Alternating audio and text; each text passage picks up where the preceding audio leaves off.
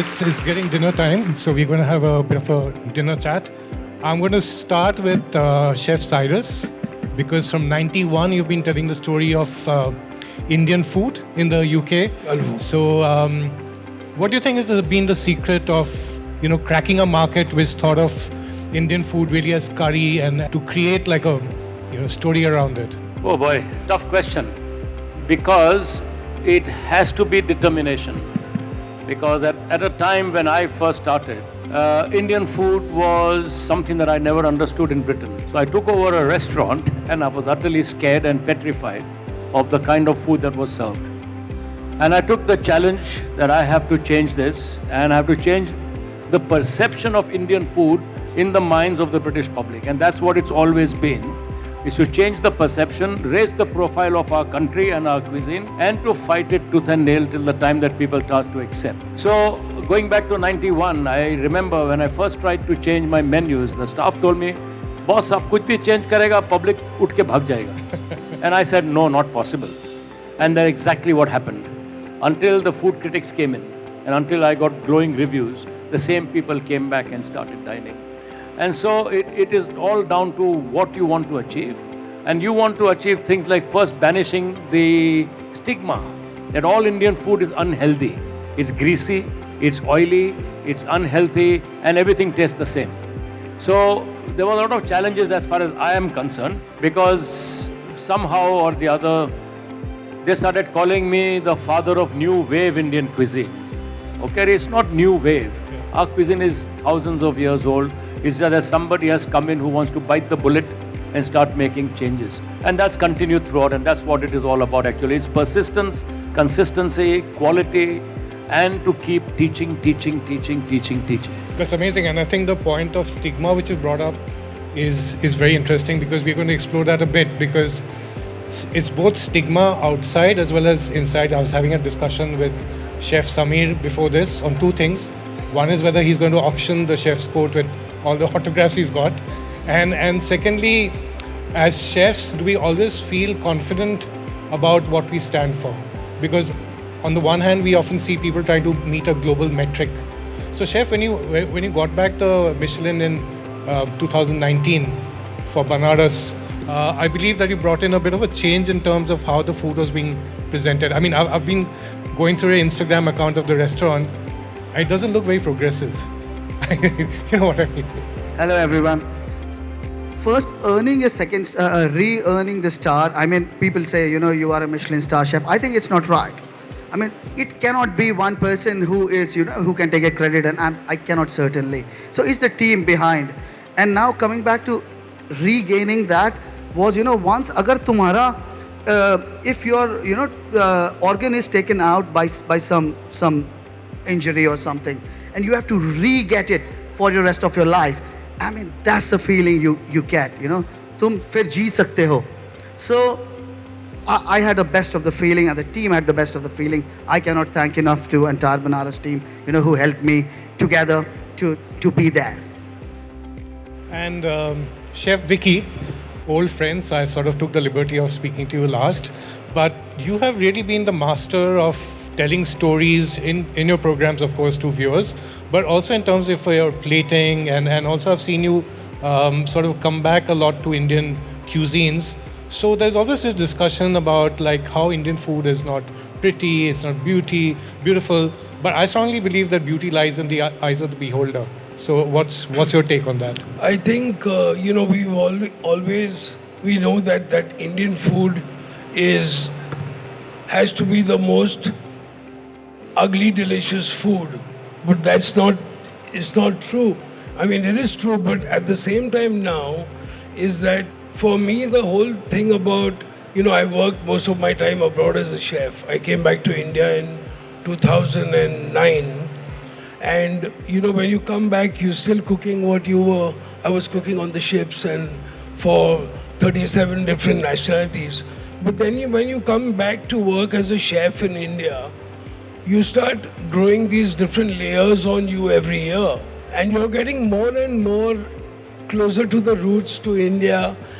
Because I've done most of, like 70% of my chefing away from the country. But since I've come back, it's like the whole version 3.0, where you are at the right time, where people are loving their food. There's a lot of cross-pollination within India, and we as Indians know of other cuisines much more than before, because I think we are at a peak where the Indian food has to shine. So every chef is thinking what he has to, but he's still cooking with India. And also, I've seen you go on a lot of trails across the country. I think it's also important to go beyond what's loosely called North Indian, because even North Indian has, so many layers to it. Would any of you have a point of view on this, in terms of what's called regional cuisine? And I think there is no other country in the world that can compare with our country in terms of regionality, diversity, ethnicity, and a deeply rooted culture that evolves and revolves around cuisine. So whenever you talk about it, our entire family, the great Indian family, the domestic family, every essence of that revolves around the word food. And I think we have the greatest culture in the world to express to the world how great our nation actually is and what we can do. So when we talk about modernization, we talk about something new. If you only researched India, it would take you 10,000 years to scratch the surface of Indian cuisine. And there is something new to learn every single day of the year or whatever it is. And I think this is where we need to stand tall and proud and fight and say that we are actually doing something that you people have not even known. So when we were living in palaces and we were burning fires and cooking good food, in the West they were living in caves. Yeah. And we forget that because we have been dominated by an external culture for many years. We actually underplay ourselves. And I think that is what we have to fight for. And that is what I made up my mind to do, is to fight for that you think we are not equal? No, we are better than equal. And we need to do that. So I think for every Indian out there in the world, whatever the Indians are doing, and it's been proving here, you got 2 Michelin stars, you got Michelin stars. It's not about the Michelin star as much as it's about proving the point that we can do it on your ground as well as our own ground. And I think that's a matter of pride as far as I'm concerned. Absolutely. And I want to add one more thing. What Chef exactly said is that now how the chefs, the Indian chefs, are cooking abroad and how they are thinking. They're like, 2 of the stellar people are here. But the way we are talking about our food and how we express our whole culture through food abroad is, people are understanding it and they get to know that we are on another pedestal with food. And we are very serious about our food. So I think it's the chefs who are also cooking abroad and doing some amazing stuff. Absolutely right, Chef. But the Indians have to believe in themselves. Exactly. Because, when Indians go out, they'll say, my mother can cook better than you. Or my nani could cook better than you. And I think Indians themselves have to go out of their own comfort zone and try different cuisines. Because the man from the north thinks his food is the best in the world. He doesn't want. And if you tell him South Indian food, only idli dosa khata aur kya khata hai log.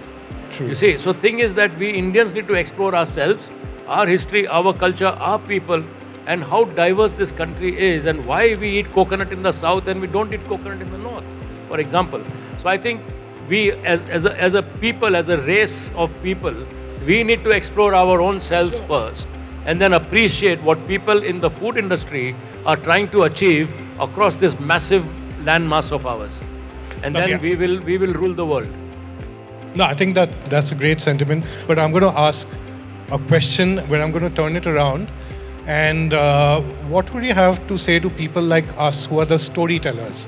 And it's become so big today, like, with Instagrammers and YouTubers and vloggers, and it's become so democratic that there's a big opportunity for us to tell a story, right? What would you like us to focus on? Or what's the advice what would you want from us? Okay, I'll tell you something. I mean, Chef Oberoi there, we are old school guys. Yeah, we worked together for several years. And I started my career in the Taj in 1975 when many people weren't even around. There was a gentleman called Busy Bee who suddenly came on the scene in Bombay. And he's an idol of mine. Yeah. And all of our chefs were clamoring for him to ek din evening news mein apna photo dal do yaar. Today, chefs are celebrated in this country as well. When we were here, we were never celebrated. We were in the hotel. People loved us for what we did. We were there. Today, the Indian chef is being celebrated. I think the most important thing for people at your spectrum, and I have to respect this lady sitting in front of us, Rashmi Uday Singh. She definitely and wholeheartedly put chefs on a certain platform. And we need you to be honest about chef's cooking. You need to be honest about the chef who's cooking. The team is very important. We cannot achieve anything if we don't have a good team behind us. Appreciate what they do. So if you write about chefs, if you're writing about food, honest opinion, no, criticism should be positive, never negative. Yes. And then you will see the exploration and the zeus that people have, the zeal to achieve further. Super. Thank you. Samir, one last comment from you and then we'll have to wrap up. I'm getting angry looks from there from some very hungry people. I mean, some very hungry people. I mean, how can I say this? I mean, see this platform. इतना प्यार मुझे कभी नहीं मिला, कहीं नहीं मिला, and I am honest. कहीं नहीं मिला, पूरी दुनिया में घुमाऊं, and that's how Indian chefs coming from around the globe, coming here and celebrating. I cannot thank you enough. Thank you so much, Jimmy and team. I mean so much. Thank you. इतना प्यार. Thank you, everybody.